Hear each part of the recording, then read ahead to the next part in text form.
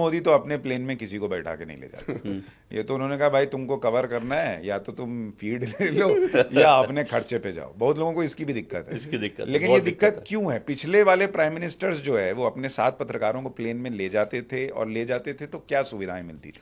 देखिए क्या होता था कि पहले जब प्रधानमंत्री जाते थे तो करीब 100-150 पत्रकार, मतलब कोई छोटे छोटे उर्दू के अखबार होते थे उसके संपादक भी जाते थे, तो सब लोगों के लिए एक बड़ा मौका होता था।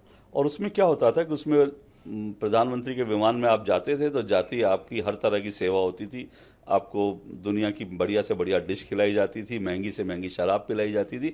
मतलब पत्रकारों के लिए एक बढ़िया पिकनिक होती थी कि आप सोचिए 12 घंटे 13 घंटे की फ्लाइट है और आपके बटन दबाती जो आपके सामने, जो मुंह से शराब निकल जाए वो शराब आपके सामने, जो आपने मांगा वो खाने को मिल जाए, तो वो होता था।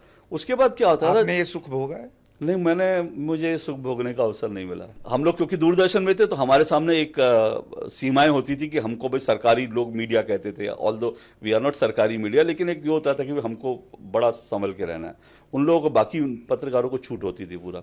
उसके बाद जैसे ही आप पहुंचते थे आपका होटल का कमरा बुक होता था। होटल का आप दरवाज़ा खोलिए, बगल में आपके ब्लैक लेवल या ब्लू लेवल जो है, जो भी महंगे से महंगी शराब है उसकी बॉटल रखी रहती थी। वो होती थी विदेश मंत्रालय के सौजन्य से।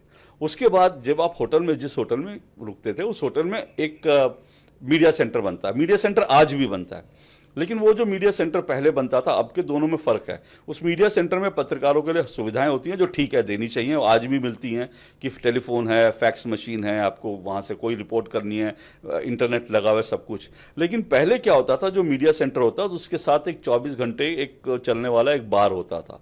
तो वहाँ पर शराब रहती थी और खाने का रहता था। तो आप शराब पीजिए काम कीजिए, शराब पीजिए काम कीजिए। और उसके बाद बॉटलें, जो मैंने अपनी आंखों से पत्रकारों को देखा, बॉटल्स उठा के अपने रूम में ले जाते थे और दिल्ली आके फिर बांटते होंगे दोस्तों को कि देखो तुम्हारे लिए वहां से लाया। तो पैसा किसका खर्च हो रहा था? सरकार का पैसा खर्च हो रहा था। तो ये सब इसमें मैं आपको बता दूं, नरेंद्र मोदी सरकार में वाकई पत्रकारों के बहुत बुरे दिन, बहुत बुरे दिन।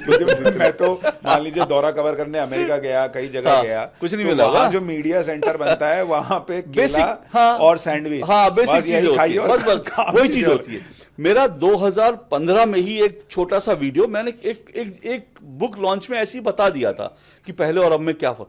वो इतना वायरल हुआ क्योंकि लोगों को मालूम नहीं था। लोग हैरान थे कि पत्रकारों को ये सब सुविधाएं मिलती थी, ये सब मिलती थी, और उसके कारण पत्रकार नाराज थे। एक चीज और जोड़ दूं इसमें, विदेश यात्राओं में एक बहुत बड़े चैनल के बड़े पत्रकार पर एक डिनर से चांदी की चम्मच चुराने का आरोप लगा है। नरेंद्र मोदी के जो प्रोग्राम है वो सुबह शुरू होता है। पहला प्रोग्राम 10 बजे, मान लीजिए 9:30 बजे, और एसपी जी आपको कहेगा अगर 9:30 बजे प्रोग्राम है तो आप 8:30 बजे पहुंच जाइए। तो 8:30 बजे आपका दिन शुरू होता है और रात को उनका आखिरी प्रोग्राम 8 बजे, 9 बजे, 10 बजे तक होगा। तो पूरे दिन आपकी रेल है। आप ऐसा नहीं कि वहां विदेश घूमने गए पहले, लेकिन घूमते तो इसलिए मैंने कहा जंकेट की बात है। पहले तो पत्रकारों को विदेश दौरे फ्री में मिलते थे, उनके परिवारों को विदेश दौरे घुमाए जाते थे, और 5 फाउंडेशन जैसे भी करवाते थे और सरकारें भी करवाती थी। तो उसी को जंकेट जो है, डॉक्टर संजय बारू ने अपनी किताब में बोला कि पत्रकारों को जंकेट दिए जाते। ये सब जंकेट बंद हो गए, इसलिए ये पत्रकार बहुत परेशान।